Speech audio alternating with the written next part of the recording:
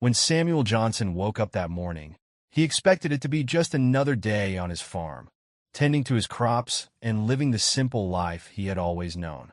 But little did he know, this day would push him to the edge and reveal not just the strength of his spirit, but the power of family. As Samuel went about his day, he noticed something unsettling. A pair of local officers watching his every move, their intentions anything but friendly. What started as routine harassment quickly escalated into something far more sinister, as they preyed on him because of the color of his skin. But what those officers didn't realize was that Samuel wasn't just a humble farmer. And as the truth about his family and their influence came to light, it wasn't just the officers who were left in shock. It set off a ripple effect that would change their town forever. Before we get into this gripping story, let us know in the comments where you're watching from today. And if you're ready to be moved by Samuel's journey, don't forget to hit that subscribe button. The morning sun cast long shadows across Samuel Johnson's farm as he worked methodically through his daily routine. At 78 years old, his movements were slower than they used to be, but his hands remained steady and strong from decades of working the land. The dawn light caught the silvery strands in his close-cropped hair as he bent to inspect a row of young corn shoots, his weathered fingers gently touching the tender leaves. Looking good this year, he murmured to himself, satisfaction evident in his deep voice.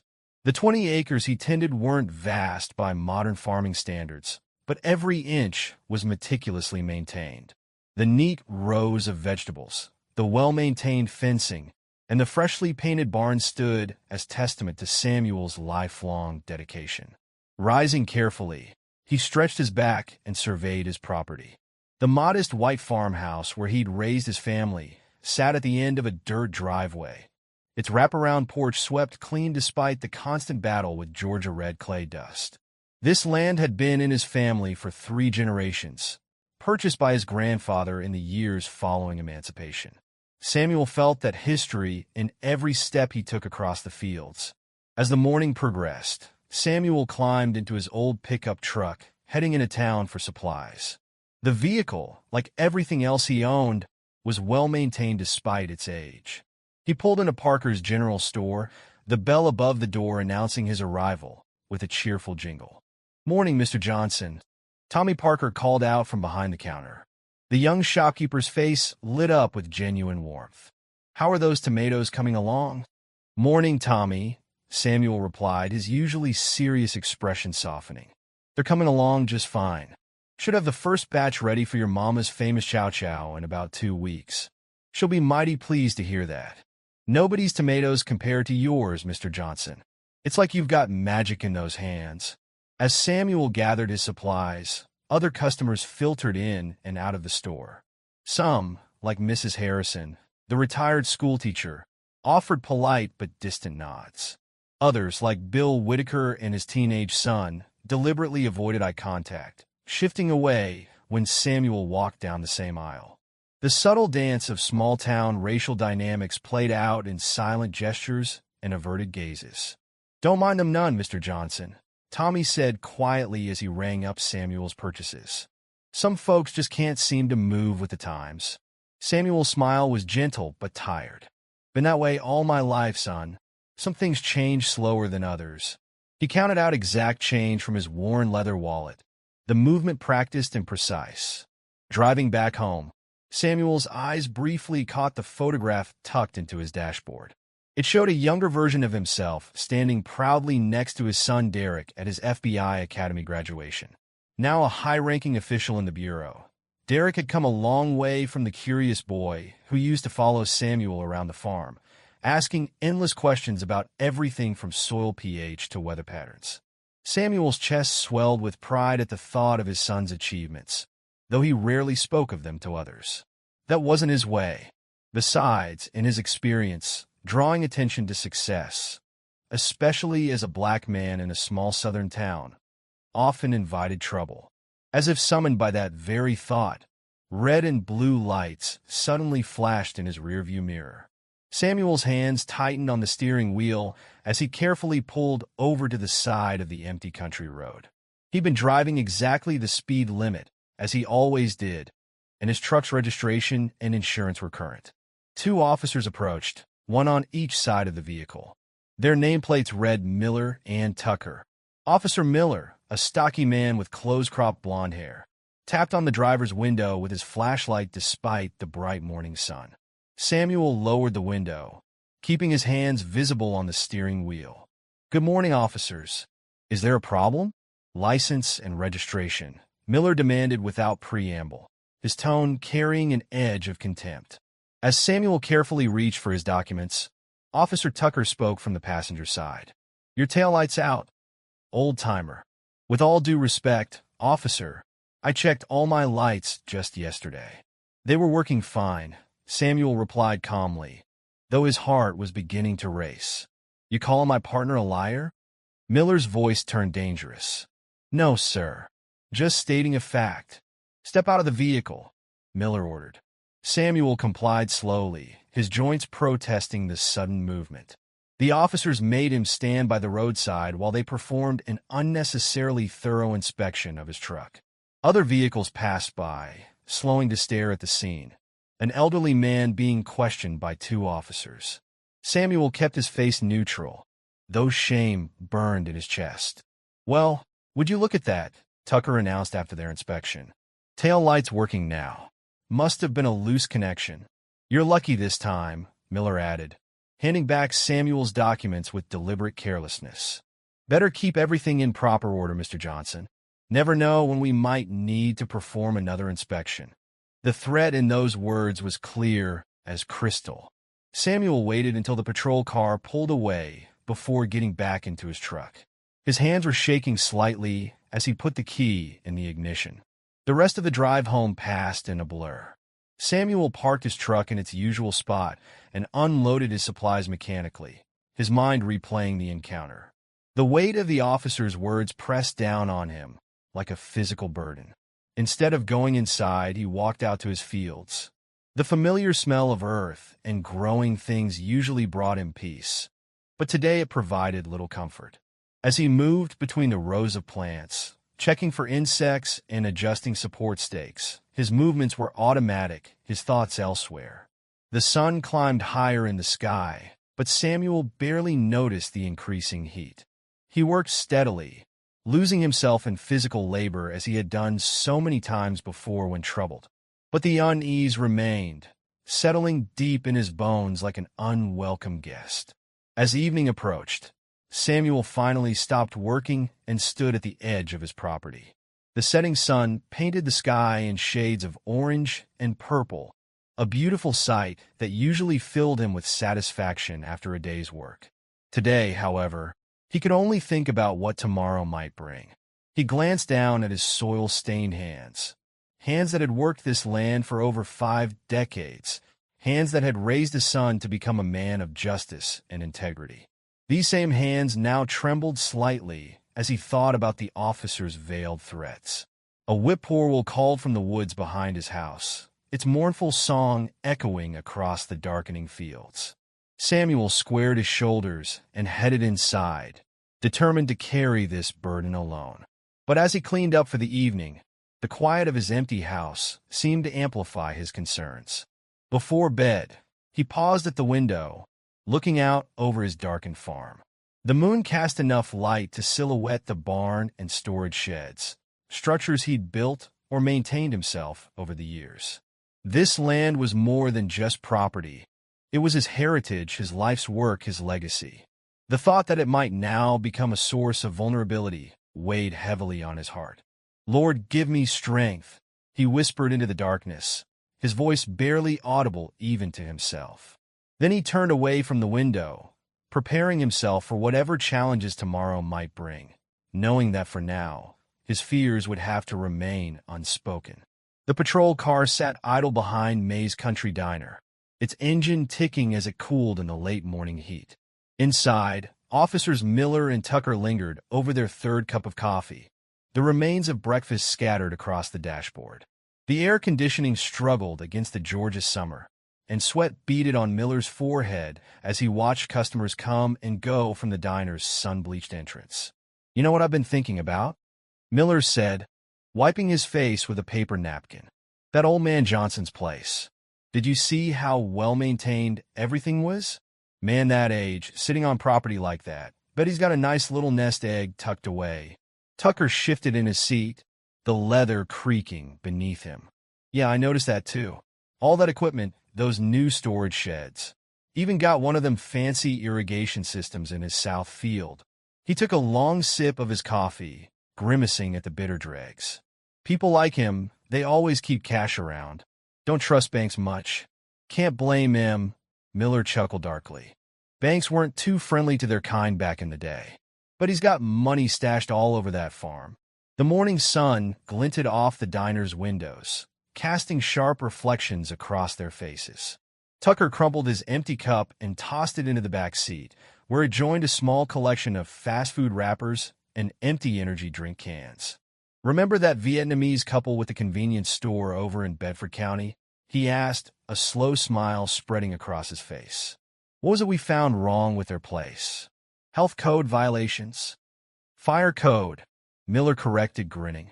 Amazing how many violations you can find when you know where to look. They paid up nice and quiet, didn't they? $5,000 to make it all go away. Then another $3 the next month, Tucker added, until they finally sold the place and moved away. Shame about that. Both officers laughed, the sound echoing in the confined space of their patrol car. Miller's fingers drummed against the steering wheel, his wedding ring catching the sunlight. Johnson's going to be even easier, he said confidently. Man's all alone out there. No wife, she passed years ago. Son moved away to the big city. Nobody to make a fuss. Plus, who's he going to complain to? Tucker snorted. Sheriff Davis? Man spends more time on the golf course than in his office. Deputy Phillips? That boy's so green he probably still sleeps with his teddy bear. Perfect setup, Miller agreed. And it's about time we did another property inspection, don't you think? Make sure everything's up to code. The patrol car's engine roared to life, and they pulled out onto the main road. The town's modest buildings gave way to rolling farmland, the morning sun painting everything in deceptively peaceful shades of gold and green. Samuel was on his knees in the vegetable garden when he heard the crunch of tires on gravel. He'd been carefully tending to his tomato plants, adjusting their supports and checking for signs of blight. The sound made him freeze, his hands buried in the warm earth. He knew, even before he looked up, who it would be. The patrol car's door creaked open, and Miller stepped out, adjusting his gun belt with practiced authority. Tucker followed, already pulling out a clipboard and pen. Samuel slowly stood, his knees protesting the movement. Soil fell from his calloused hands as he wiped them against his worn work pants. "Good morning, officers," he said carefully, trying to keep his voice steady. "What brings you out here today?" Miller approached with the confident stride of a man used to intimidating others. "Routine property inspection, Mr. Johnson.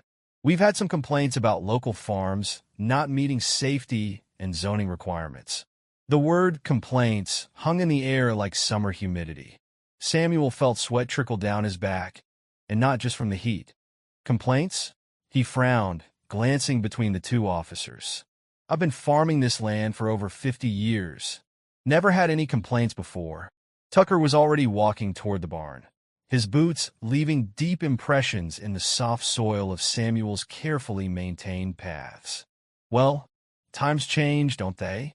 New regulations, new standards. Gotta keep up with progress." For the next hour, Samuel followed the officers around his property, watching helplessly as they invented violations out of thin air. Miller paused by the fertilizer storage shed, clicking his tongue disapprovingly. "These chemical storage protocols are completely outdated," he declared, making notes on his clipboard. "But I don't use chemicals," Samuel protested. "Everything here is organic.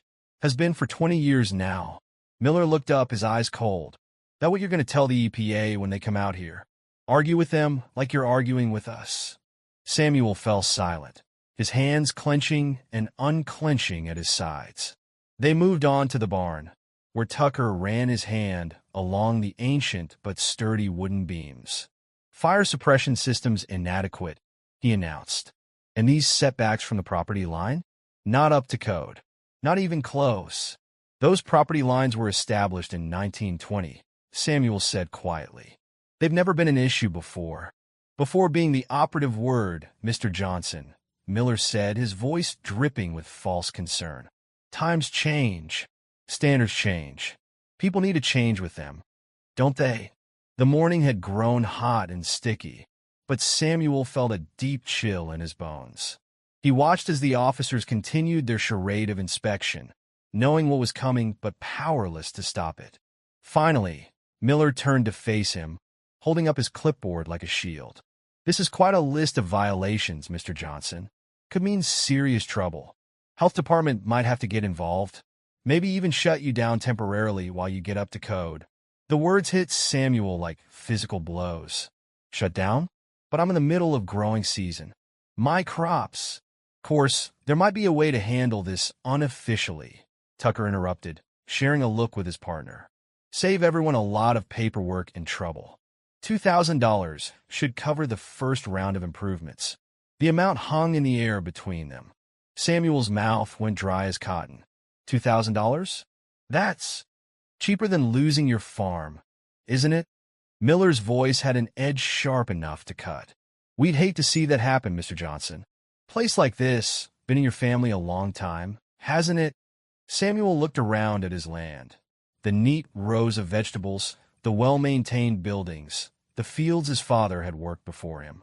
Everything he'd built his life around, everything he'd hoped to pass on to Derek someday. The weight of generations seemed to press down on his shoulders. I'll need to go to the house to get it, he said finally, his voice barely above a whisper. Inside his kitchen, Samuel's hands trembled as he reached for the old coffee can hidden behind the flour containers in his pantry.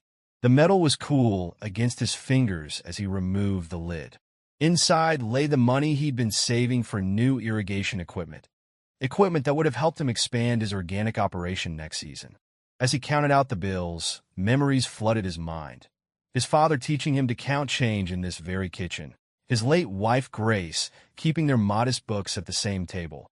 Young Derek doing his homework there, while Samuel calculated crop yields. Now here he was, counting out protection money like something from an old gangster movie. When he handed over the money, Miller didn't even bother to count it. He just folded the bills and stuffed them in his shirt pocket, a smile playing at the corners of his mouth. Smart choice, he said, patting his pocket. We'll be back to check on those improvements. Keep up the good work, Mr. Johnson. The patrol car's engine roared to life, and Samuel watched them drive away, dust billowing in their wake. He stood in his driveway until the dust settled, then walked slowly back into his house. The kitchen felt different now, tainted somehow by what had just happened. He sank into his chair at the kitchen table, his body feeling suddenly ancient. The morning sun streamed through the window, falling across the faded tablecloth Grace had picked out years ago. The cheerful pattern seemed to mock him now. Pulling out his checkbook and savings book, Samuel began to do calculations that made his heart heavier with each number he wrote. The irrigation money was gone. His monthly Social Security check wouldn't come close to covering another inspection. The small profit he made from selling his organic vegetables at the farmer's market would barely keep the lights on. His eyes drifted to the phone on the wall. He could call Derek. His son would want to know about this, would probably insist on helping. But the thought made Samuel's stomach churn. Derek had worked so hard to build his career, to make something of himself beyond this small town. The last thing he needed was his father's troubles pulling him back. The next few days brought no relief. The officers returned twice more, each time with new violations to cite and higher demands for money. $4,000 for supposed electrical code violations in the barn. Wiring that Samuel's licensed electrician cousin had installed just last year. $3,000 for improper waste management, though his composting system was so efficient that the County Agricultural Extension Office had used it as a demonstration site. Each visit left him more drained, both financially and emotionally. His savings vanished like morning dew under a hot sun. The stress began to show in his work. He found himself making simple mistakes, forgetting to water sections of crops, missing signs of pest damage he would normally spot immediately. His beloved farm, always so meticulously maintained, began to show signs of neglect. The tomato plants he'd been so proud of developed blight because he missed the early warning signs. The corn wasn't getting proper irrigation because he couldn't focus on maintaining the schedule. Even his regular customers at the farmer's market noticed the decline in quality, though they were too polite to mention it. One evening, as he sat on his porch trying to figure out how to make his remaining money stretch, his phone rang. Seeing Derek's name on the caller ID made his heart skip a beat. For a moment, he considered not answering, but he knew his son would only worry more if he didn't pick up. "Hey, Dad," Derek's warm voice came through the speaker. "Just checking in. How are you doing?" Samuel shifted in his rocking chair, trying to keep his voice steady. "I'm fine, son. Just another day on the farm. How's work keeping you?" "Busy as always. But something tells me you're not fine, Dad. Tommy Parker called me earlier today." Samuel closed his eyes, his free hand gripping the porch railing. Of course Tommy would notice something was wrong. The boy had known him his whole life, had practically grown up in Samuel's kitchen eating Grace's cookies and listening to farming stories. "It's nothing I can't handle, Derek." "Dad?" Derek's voice was firm now, reminding Samuel of Grace when she wouldn't let him dodge a difficult conversation. "Tommy says you look tired, worried. Says you've stopped coming into town as much. And he mentioned something about police cars being out at the farm. What's going on?" Samuel sat silent for a long moment, watching the sunset paint the sky in shades of orange and purple, the same colors his father had taught him to watch for, to predict the next day's weather. The weight of the past weeks pressed down on him like a physical thing. There have been some issues with the local police," he finally admitted. "They've been conducting inspections, finding violations." "What kind of violations?" "All kinds. Safety codes, zoning regulations. They say they could shut down the farm if I don't address them. And let me guess, they're offering to handle it unofficially for cash payments?" Samuel's silence was answer enough. The creaking of his rocking chair filled the pause in conversation. "How much have they taken, Dad?" "About 9,000 so far," Samuel admitted quietly, the number tasting bitter in his mouth. "But Derek, don't you worry about $9,000? Derek's voice rose. "Dad, that's extortion. Why didn't you tell me sooner? You've got your own life, your own responsibilities. I didn't want to burden you with this." "You're not a burden, Dad. You're my father, and what they're doing is illegal." "How long has this been going on?" "Couple of weeks now, since they pulled me over about a supposed broken tail light." There was a pause on the line, and Samuel could practically hear his son thinking. When Derek spoke again, his voice was calmer, but had a steel edge to it that Samuel recognized from Grace's dealings with people who tried to take advantage of them. "Okay, Dad, I want you to promise me something. If they come back, don't give them any more money. Just stall them. Tell them you need time to get it together. Can you do that?" "I can try," Samuel said, watching a whippoorwill swoop across his field, catching insects in the fading light. "But son, please don't do anything that might make things worse.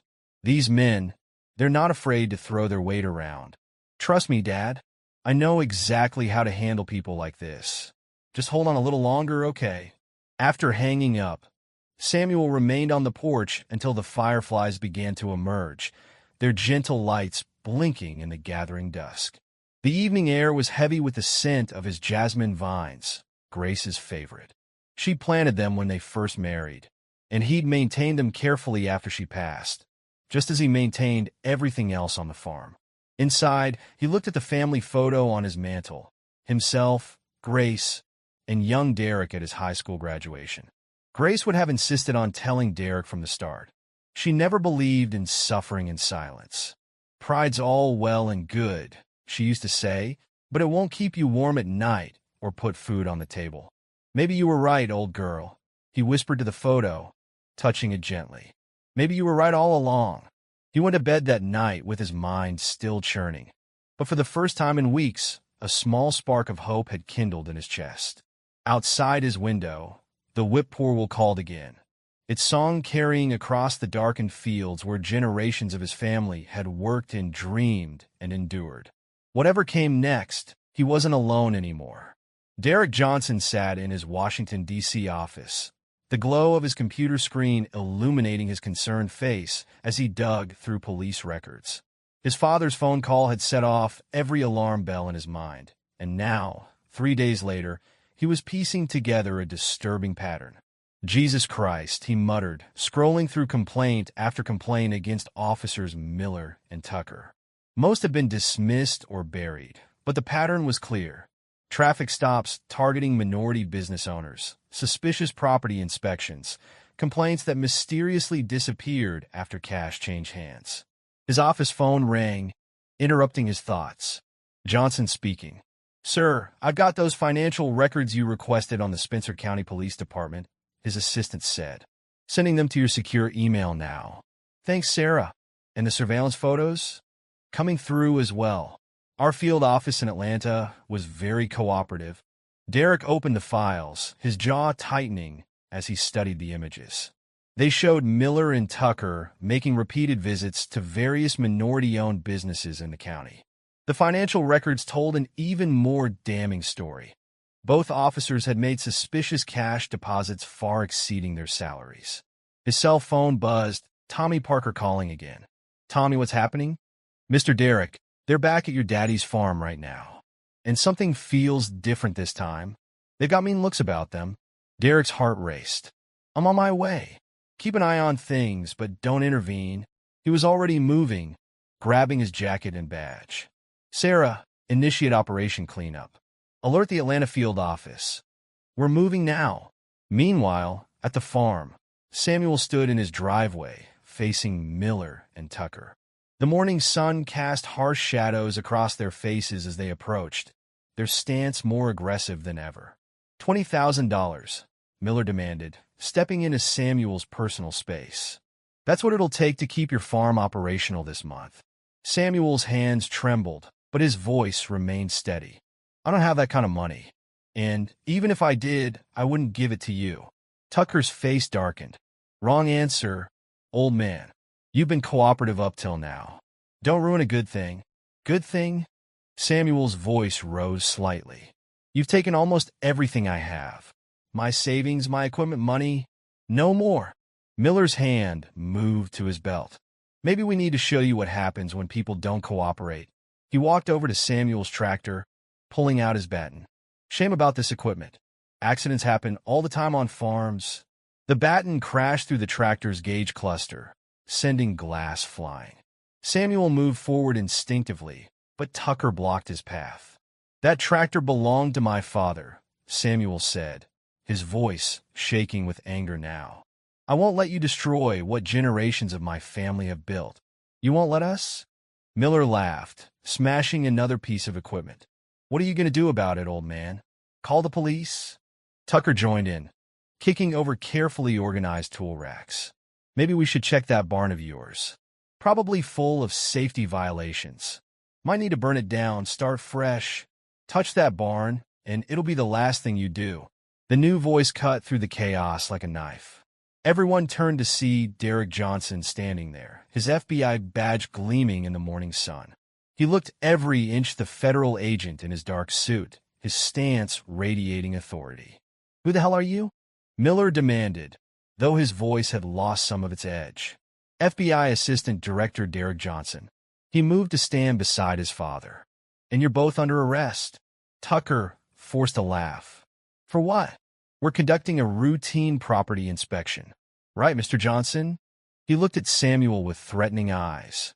"The only routine thing here is your pattern of extortion," Derek replied calmly. "We've been building a case against you for weeks. Every complaint, every suspicious deposit, every inspection. It's all documented." Miller's face had gone pale, but he tried to maintain control. "You can't prove anything. It's our word against his."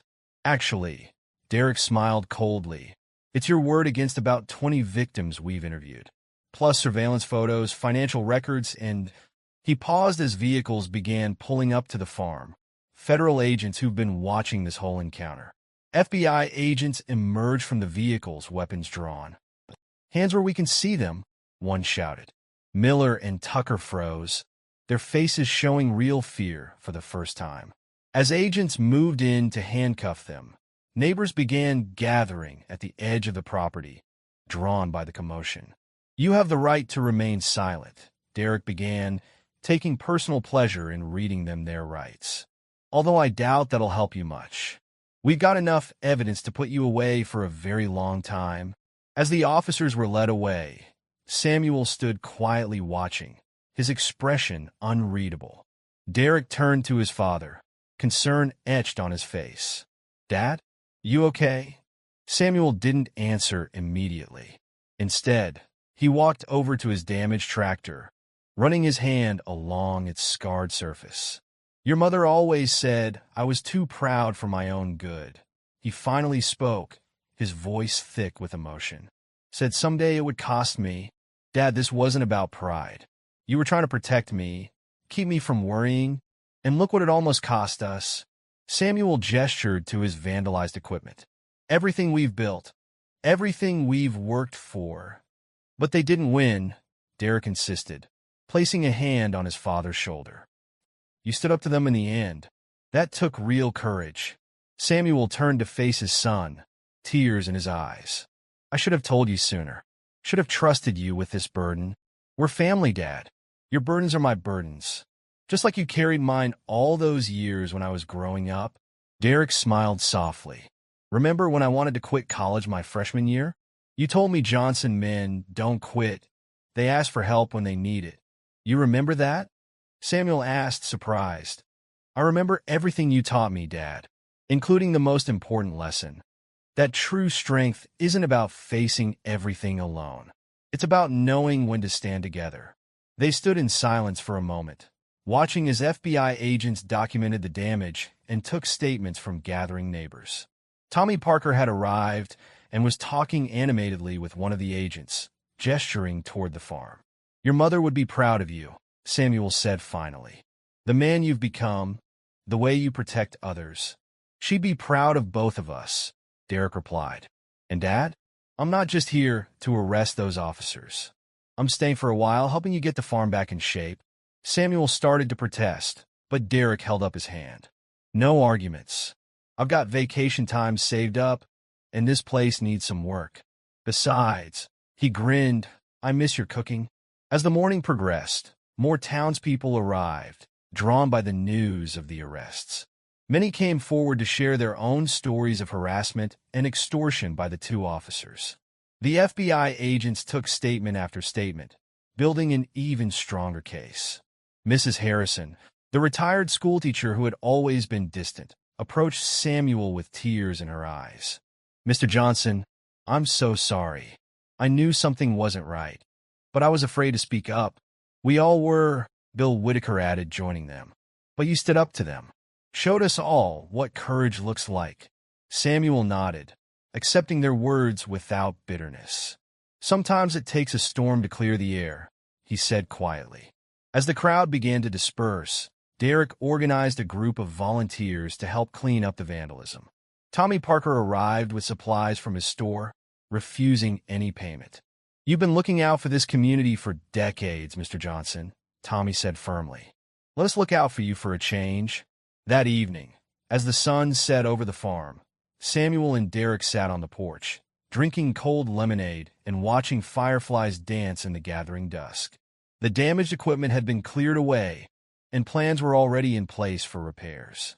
"You know what I keep thinking about?" Samuel said, rocking gently in his chair. "Your mother's favorite saying, 'The darkness doesn't last forever.'" Derek smiled. "She was right about that. Just like she was right about asking for help." A whippoorwill called from the woods, its familiar song carrying across the fields where generations of Johnsons had worked and endured. But tonight, its melody seemed less mournful, more like a celebration of strength and family bonds that couldn't be broken by fear or intimidation. "Tomorrow," Samuel said, "we'll start rebuilding. Together." "Together," Derek agreed, raising his glass in a quiet toast to family, justice, and the courage to stand up against darkness, no matter how long it takes for the light to shine through. The morning after the arrests, Samuel's farm became the epicenter of an unprecedented gathering. People arrived in waves, their cars lining the dirt road leading to his property. Black and white faces alike filled his yard, each person carrying a story of abuse at the hands of officers Miller and Tucker. "They threatened to shut down my hair salon last year," Mrs. Jenkins, an elderly black woman, shared with the FBI agents who had set up a temporary command post on Samuel's porch. "Said my ventilation system wasn't up to code. Took $3,000 to make it right." Similar stories poured in throughout the day. The Martinez family, who owned the Mexican restaurant in town, described months of harassment about their health permits. Mr. Chun, whose convenience store had been in the community for 2 decades, revealed how the officers had demanded protection money disguised as security consultation fees. Sarah Williams, a young reporter from the Atlanta Journal-Constitution, moved through the crowd, recording testimonies and taking photographs. "This isn't just a local story anymore," she told Derek, who was coordinating with FBI investigators. "What happened here speaks to a pattern of systemic abuse that's been ignored for far too long." The town's mayor, John Patterson, arrived around noon, his face ashen as he listened to story after story. He'd been in office for 6 years but claimed ignorance of the officers' activities. "With all due respect, Mayor," Tommy Parker spoke up, his usually cheerful face serious. "We tried to report this. How many complaints got lost in the system? How many times did people come to town hall only to be turned away?" The mayor had no answer, but his silence spoke volumes. Local news vans began arriving by mid-afternoon. The story was spreading rapidly. FBI uncovers years of police corruption in small Georgia town. The headlines painted a damning picture of institutional failure and racial targeting. Sheriff Davis, who had spent more time on the golf course than in his office, submitted his resignation by email. 3 other officers who had known about Miller and Tucker's activities but remained silent were placed on administrative leave pending investigation. Through it all, Samuel watched from his kitchen window, still processing the events of the past few weeks. The sight of his damaged farm equipment had been replaced by something remarkable: people working together to repair what had been broken. Bill Whitaker and his teenage son were fixing the tractor's gauge cluster, using parts donated by the local farm supply store. Mrs. Harrison organized a group of women to prepare lunch for the volunteers. Even Mr. Chin closed his store early to help repaint the barn door that Tucker had damaged. "It's something else, isn't it?" Derek said, joining his father at the window. "All these people coming together." Samuel nodded, his eyes misty. "Your mother always said there was more good than bad in people. Just takes the right moment for it to show." Outside, the work continued throughout the afternoon. The Martinez family's oldest son, who had just graduated with a degree in agricultural engineering, helped restore the irrigation system. Tommy Parker arrived with a truck full of supplies from his store, still refusing payment. "The way I see it," Tommy explained when Samuel tried to protest, "this community owes you a debt, Mr. Johnson. Not just for standing up to those officers, but for showing us what real strength looks like." As evening approached, Derek gathered everyone in the farmyard for an update on the investigation. "We've uncovered evidence of at least 50 instances of extortion," he announced. "Miller and Tucker are facing federal charges that will keep them behind bars for a long time. But more importantly, we're implementing changes to prevent this from happening again." He introduced Agent Maria Rodriguez, who would be overseeing the restructuring of the local police force. "We're establishing new oversight procedures," she explained. "Community review boards, mandatory body cameras, regular audits of all police interactions. This won't be a quick fix, but it's a start." The crowd nodded approvingly. For many, it was the first time they'd felt heard by law enforcement. Later that evening, after most people had gone home, Samuel sat on his porch with Derek, sharing a quiet moment as the sun set over the restored farm. "You know," Samuel said, breaking the comfortable silence, "I keep thinking about something your mother used to say. She'd tell me, 'Samuel Johnson, you're so busy standing tall, sometimes you forget to lean on others.'" Derek smiled. "She was right about that. She was right about a lot of things." Samuel looked out over his fields, where the evening light painted everything in soft gold. I spent so many years thinking I had to face everything alone. Thought asking for help meant showing weakness. That's not weakness, Dad. That's wisdom. Samuel turned to his son, pride evident in his eyes. When did you get so smart? Learn from the best, Derek replied with a grin. You taught me about justice long before I joined the FBI. Watching you work this land, treat everyone with respect regardless of how they treated you. Those were my first lessons in what's right. A whippoorwill called from the woods, its song carrying across the twilight. Samuel listened, remembering all the evenings he'd spent on this porch, worried about the future. Now, for the first time in weeks, he felt truly at peace. Tomorrow I head back to Washington, Derek said softly. But I've arranged for Agent Rodriguez to keep an eye on things here. She'll make sure the changes stick. Samuel nodded. The town feels different already, like people are finally seeing each other clearly. Change takes time, Derek agreed. But it starts with moments like this, people coming together, standing up for what's right. As darkness settled over the farm, fireflies began to emerge, their gentle lights dancing across the fields. Samuel thought about the generations of his family who had worked this land, faced their own struggles, endured their own storms. Your grandfather would be proud, he said finally, not just of what you've accomplished, but of how you've used your position to help others. That's what he dreamed of when he bought this land. A place where justice could take root and grow. Derek squeezed his father's shoulder. It's still growing, Dad, and now it's stronger than ever. They sat together in comfortable silence, watching the fireflies and listening to the night sounds of the farm. The air was thick with the scent of jasmine from Grace's vines, and for a moment, Samuel could almost feel her presence, approving of all that had transpired. The next morning, as Derek prepared to leave, the farm was already bustling with activity. More volunteers had arrived to help with the remaining repairs, and Tommy Parker was organizing a schedule to ensure Samuel had support through the harvest season. You don't have to worry about me, Samuel assured his son as they stood by Derek's car. I'm not alone anymore. You never were, Dad, Derek replied, hugging him tightly. You just needed reminding. As Samuel watched his son's car disappear down the dirt road, he felt a profound sense of peace settle over him. The morning sun cast long shadows across his fields, just as it had done every morning for decades. But now those shadows seemed less threatening, more like old friends marking the passage of time.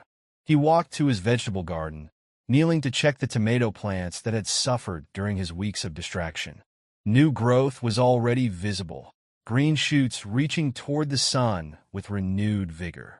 Like his farm, like his community, they were resilient, ready to flourish again after the storm. The sound of laughter drifted across the yard as more neighbors arrived to help. Samuel stood, brushing dirt from his knees, and smiled. His mother's old saying came back to him. Justice is like a seed. It needs good soil, careful tending, and patience to grow. Looking around at his restored farm, at the people working together in the morning light, Samuel knew that seed had finally taken root. And this time, it would grow strong and tall, nurtured by a community that had learned the true meaning of standing together. Together, they would ensure that the darkness that had haunted their town would never return. And if it did, they would face it as one, just as they had done here on his farm, where generations of hope and determination had finally blossomed into something beautiful and lasting. True justice, growing strong under the Georgia sun. 3 months after the arrests of officers Miller and Tucker, Samuel Johnson's farm had transformed into something more than just a place where vegetables grew. It had become a symbol of hope and resilience for the entire community. The autumn air was crisp as Samuel stood in his fields, surveying the abundant harvest before him. The damaged equipment had been replaced, the barn restored, and his crops were flourishing under the careful attention of not just himself, but the many hands that now regularly helped tend the land. Mr. Johnson, called Tommy Parker, walking up with a clipboard. The Farmers Market Committee wanted me to remind you about speaking at next week's Harvest Festival. Samuel chuckled. wiping his hands on his work pants. Still not sure why they want to hear from an old farmer like me. Are you kidding? Tommy's eyes widened. You're the reason this town's finally starting to feel like a real community again. People look up to you. It was true, though Samuel still found it strange. Since the incident, he'd been asked to speak at various community events, sharing his story of standing up to corruption.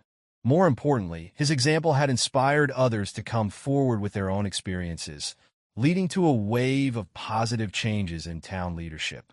The new police chief, Maria Rodriguez, had implemented sweeping reforms. Body cameras were now mandatory, and a diverse community oversight board reviewed all complaints.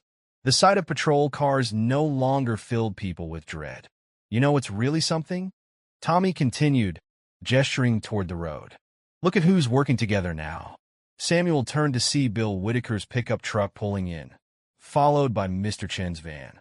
The unlikely pair had become regular volunteers at the farm, setting aside years of prejudice to work side by side. Today, they were helping with the sweet potato harvest. "Morning, Mr. Johnson," Bill called out, waving as he parked. His teenage son jumped out of the truck bed, already heading for the tool shed. "Brought those new irrigation parts you needed." Mr. Chen emerged from his van carrying a large thermos. "Hot tea for everyone," he announced with a smile. "My wife's special blend. Good for strength." Samuel watched as they organized themselves, their easy camaraderie a stark contrast to the tension that had once defined their interactions. The farm had become neutral ground, a place where old barriers began to crumble. Later that afternoon, while taking a break on his porch, Samuel received an unexpected call from Derek. "Dad, you'll never believe what happened." His son's excited voice came through the speaker. "Miller and Tucker just took a plea deal. They're going away for a long time, and they're giving up everyone else involved in their scheme." Samuel sat back in his rocking chair, letting the news sink in. "How long?" 15 years minimum. Plus, they have to pay restitution to all their victims. Derek paused. "Dad, I'm coming home next week. There are some things we need to discuss." The following week, as autumn colors painted the countryside in brilliant hues, Derek arrived at the farm. Father and son walked the property together, taking in the changes that had occurred since the summer's events. "The place looks better than ever," Derek observed, pausing by the newly restored barn. "But that's not why I'm here, Dad. I've been thinking about the future." Samuel raised an eyebrow. "Oh, I'm taking a position at the Atlanta field office," Derek announced. "Close enough to visit regularly, far enough to let you keep your independence." Samuel felt his heart swell with emotion. "Son, you don't have to dash." "I want to," Derek interrupted gently. "What happened here? It showed me the importance of staying connected to your roots.